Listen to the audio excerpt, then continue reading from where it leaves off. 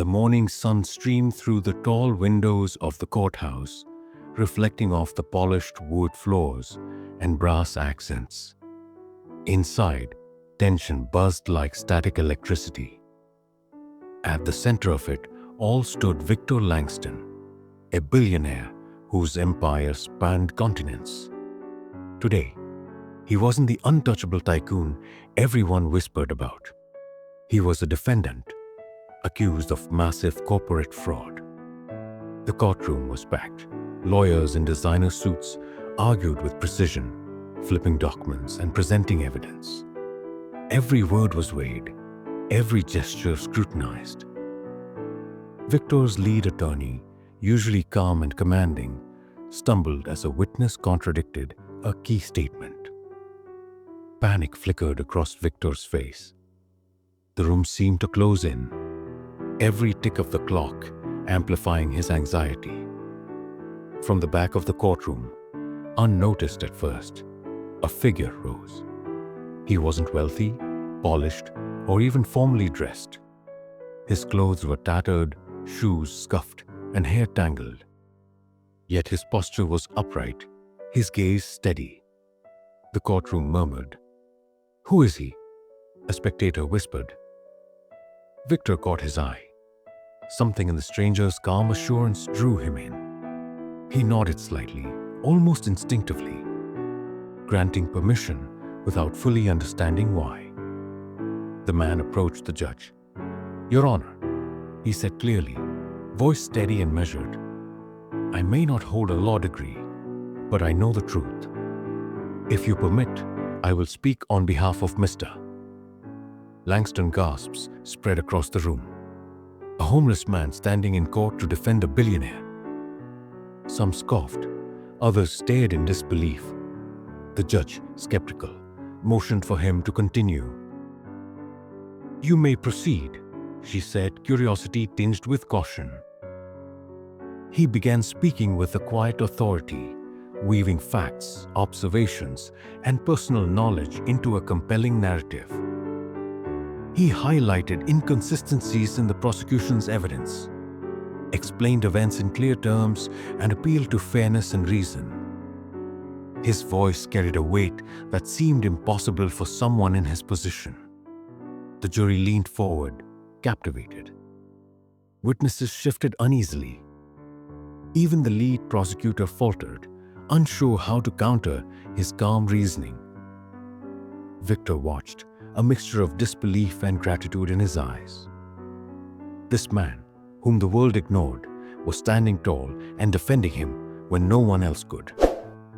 As the testimony continued, the courtroom's atmosphere shifted. Skepticism turned to respect. Awe replaced doubt. It became clear this was no ordinary man. He had survived hardships unimaginable to most, yet he understood truth, justice, and loyalty in a way that transcended formal education or wealth. By the end of the morning session, murmurs of admiration replaced whispers of disbelief. The trial, which had seemed like certain defeat for Victor, had taken an unexpected turn. The mysterious man had not only spoken, he had changed the energy of the room, altered perceptions, and ignited hope. Victor realized something he had never expected. In a moment of desperation, help had come from the most unlikely of places, and the trial had only just begun. After the morning session, Victor asked his assistant quietly, "Who is that man?" "His name is Thomas," the assistant replied. "He's been living on the streets near the courthouse. People say he's different, intelligent, observant, kind." Victor, intrigued, sought Thomas out during recess. "Why are you helping me?" he asked, genuinely curious. Thomas shrugged. "I don't know you well, sir, but I know the truth, and I know when it's being twisted. That's all I can do." Thomas had not always lived on the streets.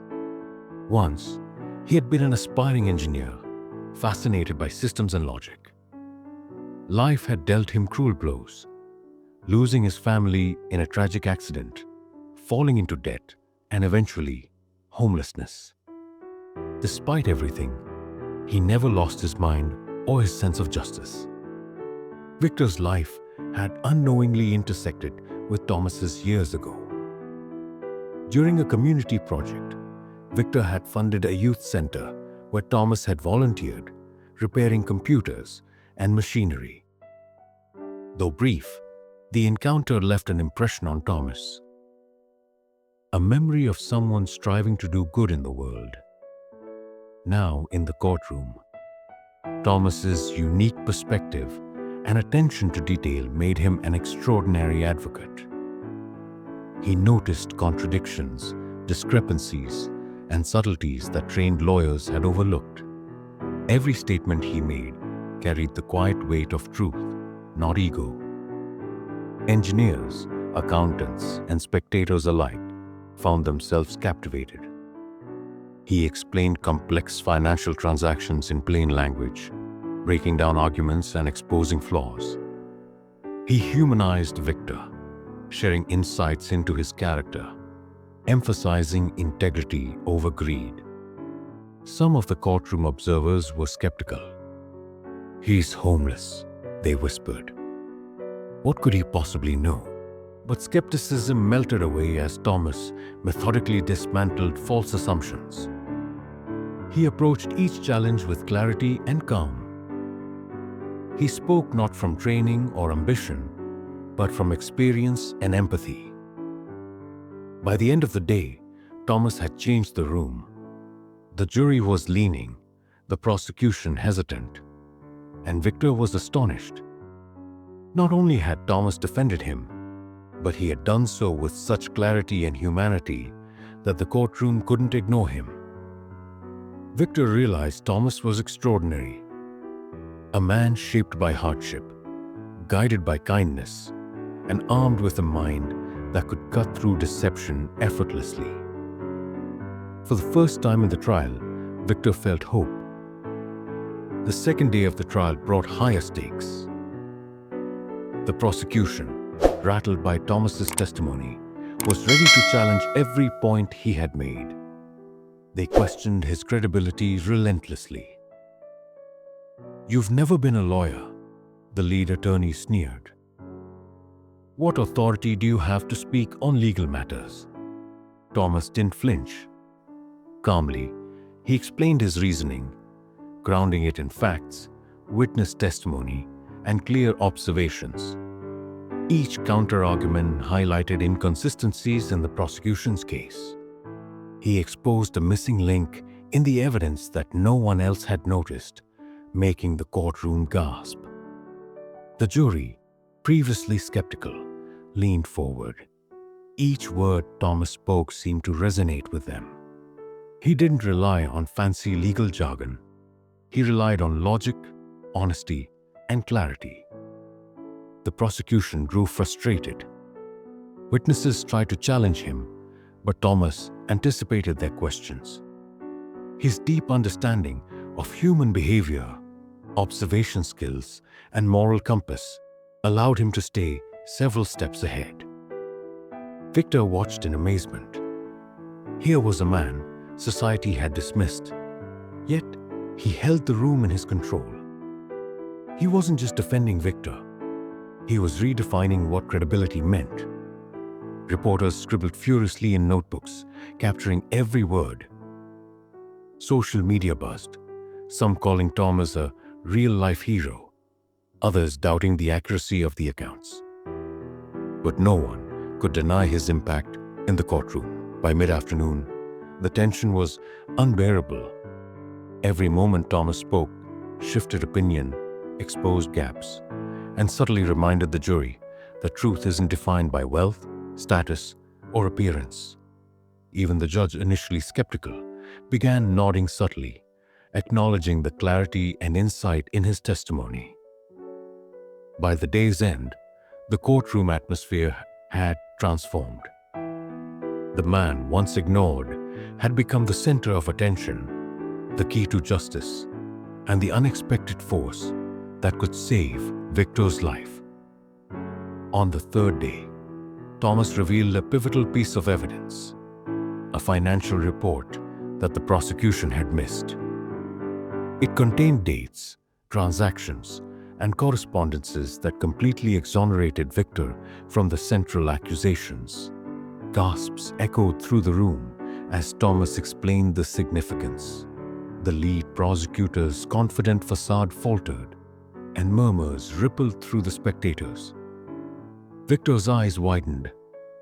This evidence, combined with Thomas's unwavering clarity, shifted the balance entirely. The jury's posture changed. They leaned forward, visibly engaged. Thomas spoke not only with facts, but with moral conviction. He reminded everyone present that justice isn't about wealth or appearances. It's about truth. Each word carried the weight of integrity, honesty, and careful observation. By the end of the session, Thomas had not only defended Victor, but left a lasting impression on everyone present. His insight, humility, and courage had turned skepticism into admiration. Victor felt a mixture of relief, gratitude, and awe. This man, society had dismissed, had saved him, not through legal credentials or power, but through intelligence, empathy, and unwavering dedication to truth. The jury returned after deliberation. The tension was almost unbearable. Thomas and Victor waited, hearts pounding. "Not guilty," the foreperson announced. Cheers erupted. Relief flooded Victor, who immediately embraced Thomas. Tears glistened in his eyes. He knew he owed his freedom and reputation to this man whom the world had ignored. News outlets called Thomas a hero. Philanthropic organizations reached out, offering support, shelter, and opportunities. Yet Thomas remained humble. He hadn't sought recognition or wealth. He had acted out of principle. Victor personally ensured Thomas had access to resources to rebuild his life. But Thomas chose to live modestly, continuing to help others and observe the world with quiet wisdom. The story of a kind homeless man defending a billionaire spread globally, inspiring countless people. It reminded everyone that heroism isn't defined by wealth or status. It can emerge from the most unexpected places. Victor often reflected on Thomas's courage and intelligence. "Some of the greatest heroes are those we overlook," he said. "They remind us that kindness, truth, and wisdom transcend appearance and circumstance." The trial became legendary, not for the wealth or scandal involved, but for the humble man whose honesty, courage, and heart changed everything. And Thomas? He returned to his quiet life, content in knowing he had done the right thing. The world may have been surprised, but he had always known. Integrity and courage are their own reward. Thank you so much for watching this story till the end.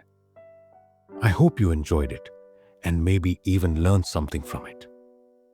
If you'd like to hear more stories like this, full of life lessons, drama, and emotions, make sure to hit that subscribe button and turn on the notification bell so you'll never miss an update. Your support means the world, and it helps me keep bringing you more inspiring and unforgettable stories. Stay tuned, because more amazing stories are on the way.